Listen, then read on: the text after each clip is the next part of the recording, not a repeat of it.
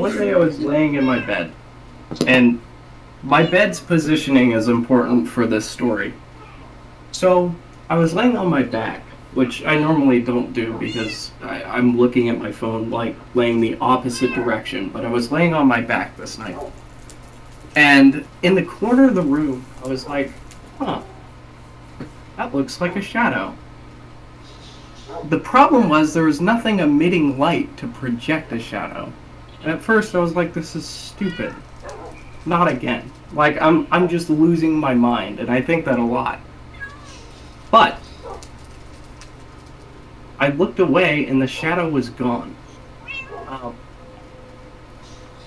And so I started thinking, maybe, just maybe, there was something there.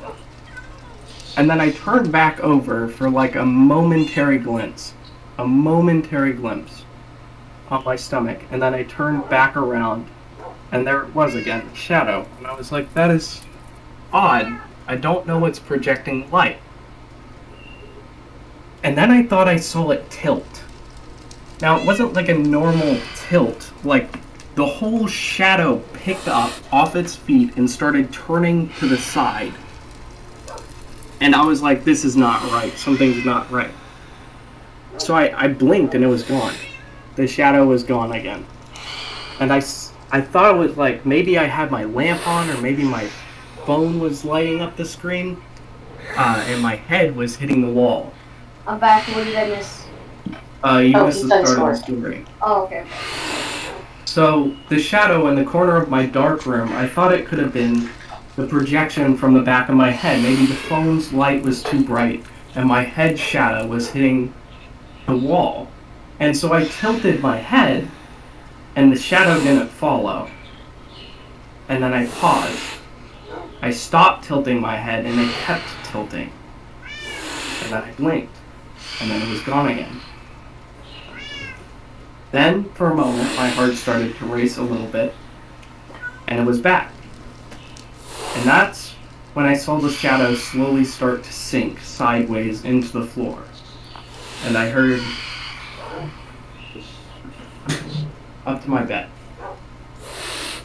And at this point, I was like, that's not probably right at all. That's not. No, I don't think it is. And so I got up. I was like, I'm losing my mind. It's probably the garage. And I'm going crazy. And I was standing in the mirror, and the way my mirror is positioned is right next to my bed. And all the lights were still off, so I turned on the bathroom lights. And I looked in my mirror, which is facing my bed. And I blinked for a second, and I saw somebody smiling right behind my neck. And then I felt like a cold burst down my spine. And I was like, yeah, I hate Jeffrey Bezos. Anyway, I started going downstairs. I was like, I'm going to get a glass of water because I'm losing my mind. I'm actually going crazy. This is it. This is the corruption arc. And Rick Astley's Never Gonna Give You Up started playing in the kitchen. And it was terrifying. Because outside the window, a man was dancing so swiftly, and he had a nice badonkadonk. Anyway, that's besides I love this story. Rick Astley started dancing outside of my kitchen.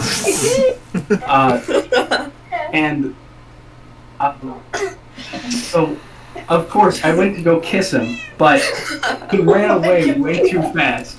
And so anyway, that's the time I was attacked by the shadow of Rick Astley and Jeff Bezos. Wait, hasn't your whole family seen this too?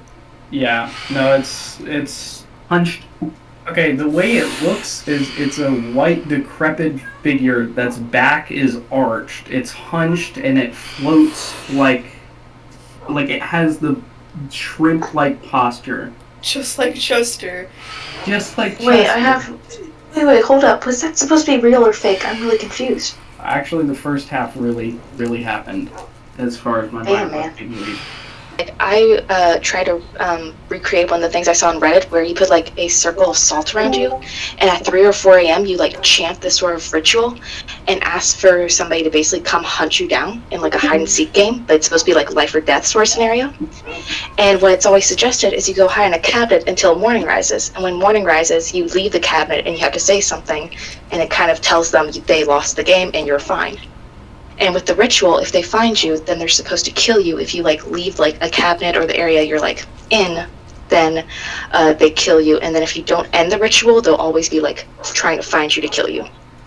And so like I did the whole thing, and I'm a very big like superstitious person. So I'm just like, nothing's gonna happen.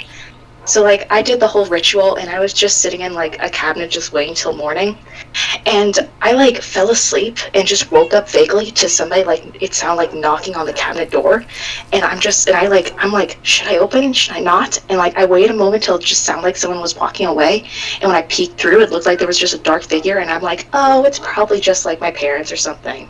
It's fine, they're not turning around or anything like that, it's good. And so I just close it, and in the morning when I wake up I'm like, okay, that was sort of lame, and I just left the cabinet and just lived my life. And I think it wasn't like until like a week or two later that I read something online again where it was like the best time at night to experience weird things is to be at like 4 or 5 a.m. and just to watch the world outside at 4 or 5 a.m. So that sounds interesting. And so at like 4 or 5 a.m. the next day, I just sat by my window and I was just watching outside, and I just swore I saw like a black figure like run past my house and then quickly like run back and stare at me. And I just quickly closed my window and went, okay, this is fine, everything's fine. And then I like did that again like 2 or 3 nights, and I still like it still happened like 2 or 3 times. It kept seeming like something was trying to find me, and I'm like, it's 4 or 5 in the morning, I'm insane. And I realized I like never said like the chant afterwards you're supposed to do for the ritual. And so I just like I just did it. It says that you're supposed to do the ritual again if you're like really worried about it. So I did it again, and I could have sworn it was like the same knocking. Like I was just chilling in the cabinet, I could have sworn I heard the same knocking, and this time I'm just like, nope, not opening that. I don't know what's happening. Not opening that. And the next morning, it was just like, okay, everything's fine. I did like the chanting the next morning, and then everything was fine. I woke up at 4 or 5 a.m. again. Nothing happened. Like, I don't know if there actually was something searching for me, trying to kill me, or what, but it was kind of just like weird. It was like, I don't believe in this sort of thing, so at the same time, it's like it felt weird. And I feel like it was also just maybe sleep deprivation. I don't know which.